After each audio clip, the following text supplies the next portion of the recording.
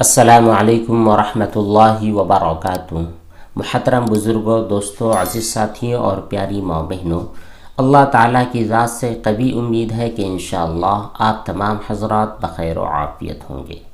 آپ کے بہت سارے سوالات آئے ہوئے ہیں، ان میں سے چند ایک سوالوں کے جوابات دینے کی کوشش کرتے ہیں۔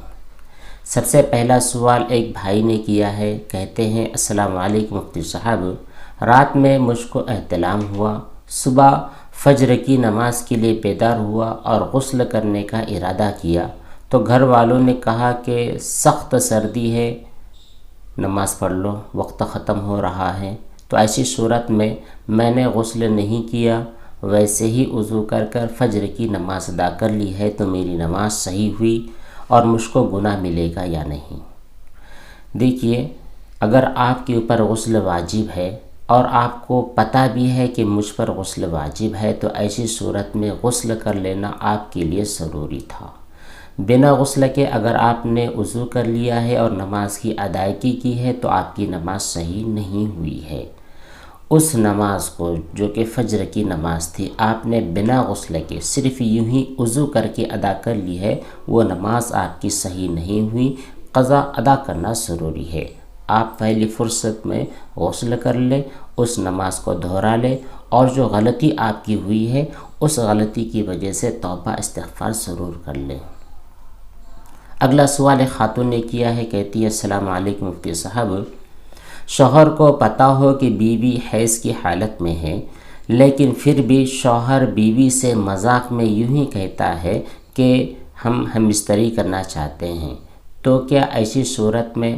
جبکہ اس کو پتہ ہے کہ حیض کی حالت میں ہم بستری کرنا جائز نہیں ہے، لیکن مذاقاً اس نے ہم بستری کا تذکرہ کیا ہے، تو اس کا گناہ ہوتا ہے یا پھر اس کا کوئی کفارہ لازم ہوتا ہے؟ دیکھیے، قرآن کریم میں صاف طور پر اللہ تبارک و تعالیٰ نے حالت حیض میں بیوی سے ہم بستری کرنے سے منع کیا ہے۔ اس لیے جانتے بوجھتے یا پھر بھول کر بھی ایسی صورت میں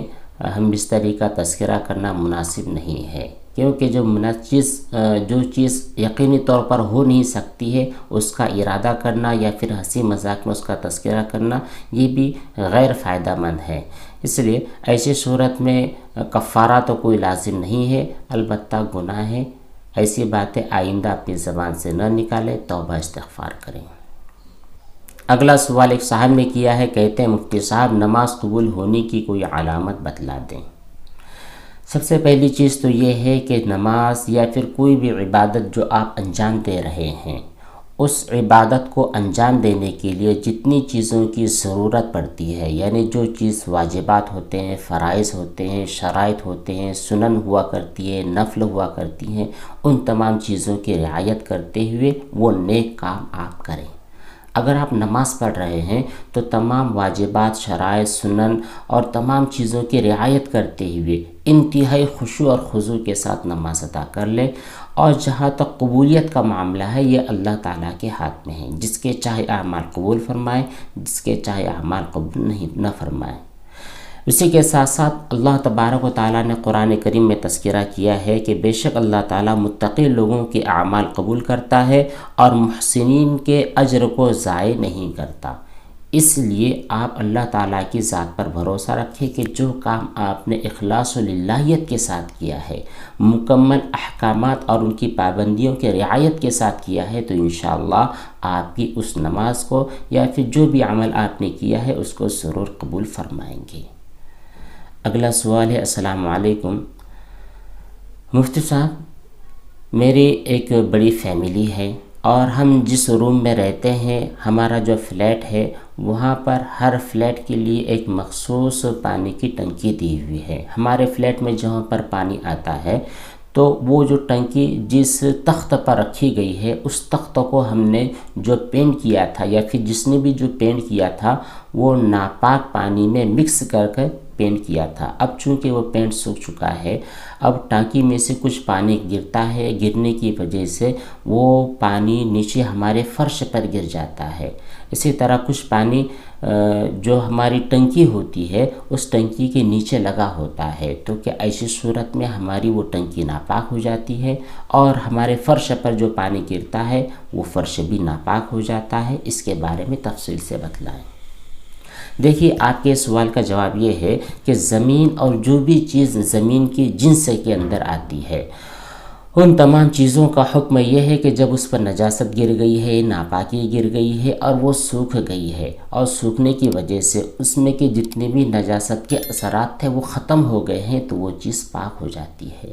اب یہ جو تخت ہے، جو لکڑی کا تھا یا سنمائکا کا جو تخت ہے، اس تخت پر جو آپ نے پینٹ لگایا تھا، اور وہ پینٹ جس پانی میں مکس کیا گیا ہے یا پھر جس بالٹی میں اس کو مکس کیا گیا ہے وہ بالٹی خود ناپاک تھی، تو ایسی صورت میں وہ پینٹ بھی ناپاک تھا۔ اگر گیلا ہوتا تو پھر اس کی نجاست دوسری چیزوں میں آ سکتی تھی، لیکن فی الحال وہ پینٹ چونکہ سوکھ چکا ہے، سوکھنے کی وجہ سے اس میں جتنی بھی نجاست کے اثرات تھے وہ سب غائب ہو چکے ہیں۔ اب اس کو لگ کر جو پانی آپ کے فرش پر گر رہا ہے، آپ کی ٹنکی میں لگ رہا ہے یا پھر آپ کے کپڑوں پر لگ رہا ہے، تو کوئی بھی چیز ناپاک ہونے والی نہیں ہے۔ اگلا سوال ایک صاحب نے کیا ہے، کہتے ہیں السلام علیکم مفتی صاحب، جزاکم اللہ خیرہ، آپ نے ہمارے سوالوں کے بہت اچھے جوابات دیے ہیں، جزاکم اللہ خیرا کثیرا۔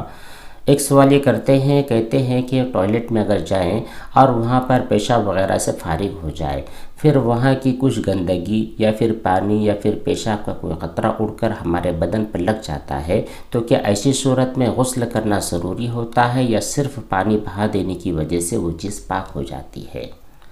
دیکھیے، جس چیز پر نجاست گر جائے، چاہے آپ کے کپڑے ہوں، آپ کا بدن ہو، آپ کی استعمال کی جانے والی کوئی چیز ہو، اس پر نجاست لگ جاتی ہے، تو ایسی صورت میں پورا کپڑا یا پورا بدن دھونے کی ضرورت نہیں ہے، آپ پر غسل بھی واجب نہیں ہے۔ اس لیے جس حصے پر پیشاب یا پیشاب کا قطرہ یا پھر ناپاک پانی کا قطرہ گرا ہے، اتنے حصے کو آپ دھو لیں، مکمل غسل کرنے کی بالکل ضرورت نہیں ہے۔ اگلا سوال ایک صاحب نے کیا ہے، کہتے ہیں مفتی صاحب السلام علیکم، کیا کوئی بھی سوکھی ہوئی نجاست لگ جائے تو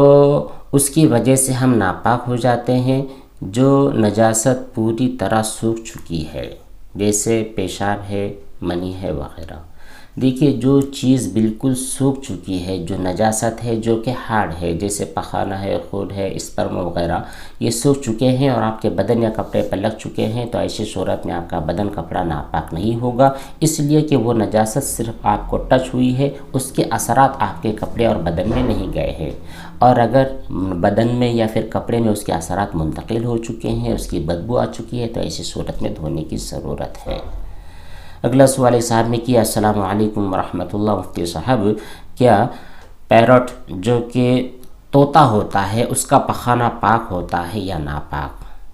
مرغی، بطخ، مرغا بھی، ان کے علاوہ جتنے بھی حلال پرندے ہوتے ہیں ان کی بیٹ ناپاک نہیں ہے۔ طوطا بھی حلال پرندوں میں ہے، اس لیے اس کی بیٹ ناپاک نہیں ہوگی۔ اگر آپ کے کپڑے پر لگ جائے تو ایسی صورت میں اس کو جھڑا دے، سکھا دے، دھونا باقاعدہ ضروری نہیں ہے۔ سعد خان کہتے ہیں السلام علیکم، کیا چوہے ناپاک ہوتے ہیں؟ اگر وہ ہمارے شوز پر یا ہمارے کپڑوں پر یا ہمارے پیروں پر سے چلے جاتے ہیں تو ایسی صورت میں ہمارے پیر وغیرہ پاک ہوں گے یا ناپاک ہو جائیں گے؟ دیکھیے، چوہا وہ اپنی ذات کے اعتبار سے ناپاک نہیں ہے، البتہ اس کے جسم کے اوپر کوئی نجاست لگی ہے، کوئی جسم کے اوپر گندگی لگی ہے، اور وہی گندگی آپ کے پیروں پر چلنے کی وجہ سے آپ کے پیروں میں آ گئی ہے، آپ کے چپل جوتے میں آ گئی ہے، آپ کے کپڑوں میں آ گئی ہے، تو اس نجاست کی وجہ سے آپ کے کپڑے وغیرہ ناپاک ہوں گے۔ اگر چوہا بالکل سوکھا تھا، اس کے پیروں میں کوئی نجاست نہیں تھی، وہ آپ کے پیروں پر سے گزرا ہے، تو ایسی صورت میں آپ کے پیر ناپاک نہیں ہوئے ہیں۔ پٹھان الیاس صاحب کہتے ہیں السلام علیکم مفتی صاحب، جب ہم سوتے ہیں تو اس وقت پیر پر پیر رکھ کر سوتے ہیں، ایسا سونا صحیح ہے یا صحیح نہیں ہے؟ سونے کی حالت میں ایک پیر کے اوپر دوسرا پیر رکھ کر سونا، اس کی بہت ساری کنڈیشن اور بہت ساری کیفیات ہوتی ہے۔ بعض دفعہ ایسا ہوتا ہے کہ آدمی چت لیٹ کر سو جاتا ہے اور دونوں پیر اس طرح کھڑے کر لیتا ہے، ایک پیر اوپر رکھتا ہے، دوسرا پیر نیچے ہوتا ہے، یہ کنڈیشن ہوتی ہے۔ دوسری کنڈیشن یہ ہوتی ہے کہ چت لیٹا ہوا ہے لیکن دونوں پیر اس طرح لمبے ہیں اور ایک دوسرے پر رکھے ہوئے، یہ بھی ایک کنڈیشن ہوتی ہے۔ اسی طرح کوئی آدمی کروٹ لیٹا ہوتا ہے اور اس کے دونوں پیر اس طرح ایک دوسرے کے اوپر ہوتے ہیں، یہ بھی ایک صورت ہوتی ہے۔ تو نبی کریم صلی اللہ علیہ وسلم سے دو قسم کی احادیث منقول ہیں، جس میں ایک حدیث میں یہ بھی ہے کہ پیروں پر پیر رکھ کر سونا منع ہے، اور ایک حدیث یہ بھی ہے کہ ایک صحابی نے نبی کریم صلی اللہ علیہ وسلم کو ایک پیر کو دوسرے پیر پر رکھ کر سوتے ہوئے دیکھا تھا۔ دونوں قسم کی احادیث ہیں۔ یہاں پر سمجھنے والی بات یہ ہے کہ سونا ہے آپ کو، اور سونے کی حالت میں پیروں پر پیر اس وقت نہیں رکھنا ہے جب کہ آپ نے کوئی ایسے کپڑے پہن رکھے ہو کہ پیروں کو اوپر اٹھانے کی وجہ سے سطر کھلنے کا اندیشہ ہو، یا اسی طرح تکبر وغیرہ کی اگر کوئی علامت آپ فیل کر رہے ہو تو پھر وہ چیز منع ہے۔ ورنہ جہاں پر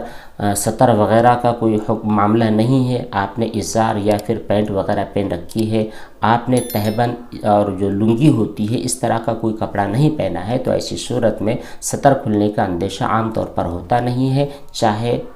پیر آپ کے کھڑے ہوں یا پھر لیٹے ہوئے ہوں۔ یہ تھے چند سوالات اور ان کے جوابات جو آپ کی خدمت میں پیش کیے گئے۔ اس کے علاوہ اور بھی جو سوالات ہیں انشاءاللہ کمنٹ باکس کے ذریعے دیے جائیں گے یا پھر میل وغیرہ کے ذریعے دیے جائیں گے۔ اللہ تبارک و تعالی ہم تمام کو عمل صالح کی توفیق بخشے۔ السلام علیکم ورحمۃ اللہ وبرکاتہ۔